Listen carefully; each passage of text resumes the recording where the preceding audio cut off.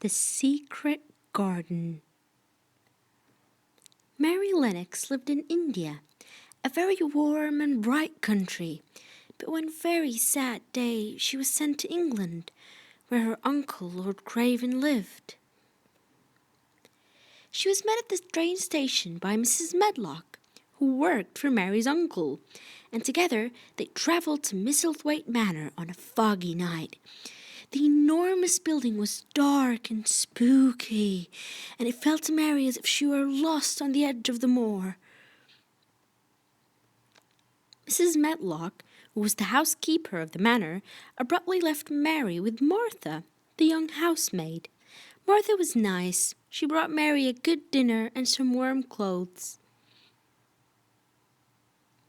Mary, however, was very spoiled.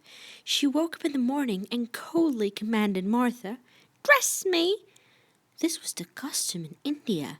Her ayah washed her and dressed her every morning. Days went by. Mary felt so bored. Her uncle was never home, and she had nobody to play with. It was a very cold and rainy winter. One day, Martha gave her a skipping rope. "Why don't you try it? You could wander through the gardens," she cheerfully said to Mary. While she was wandering in the gardens, Mary saw a robin on a tree behind a brick wall. There was a door, but it was locked. "What's beyond this wall?" she thought. The little girl went to Ben, the gardener, and told him to open the door immediately. "I can't," he answered. "No one can do it since your aunt died 10 years ago. That was her garden." Mary returned to the house and slammed the door because she was very angry with Ben. Suddenly, she heard a cry in the distance. "Where is it coming from?" she thought to herself. There was a massive door at the end of the corridor. Mary opened it and saw a very pale-looking boy lying in a big bed. "Who are you?" they both asked each other.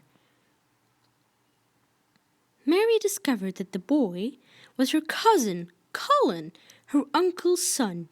They were the same age. Colin was very ill, and he never left his room. The windows had been closed shut, and he never saw the sunlight.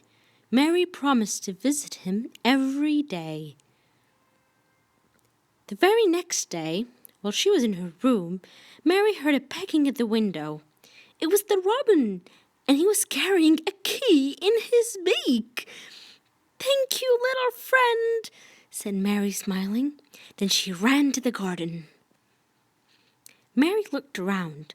She was alone. The key easily unlocked the door. Mary passed through the thick ivy branches. She was in the garden. It was so big. The little girl saw a frozen fountain, beautiful statues, and a lot of tall and spooky-looking trees. The ground was all covered by dry leaves. How sad. Suddenly, Mary saw someone. He was an odd-looking boy, and with him were 2 squirrels, a fox, and a crow. "Who are you, and what do you want?" Mary asked. "I'm Dickon, Martha's little brother," he answered, smiling. Dickon could talk to animals and knew all about nature. He was charming. Mary trusted him, and soon they became friends. They explored the secret garden together. "It's all dead," Mary said hopelessly. "Not at all," Dickon replied.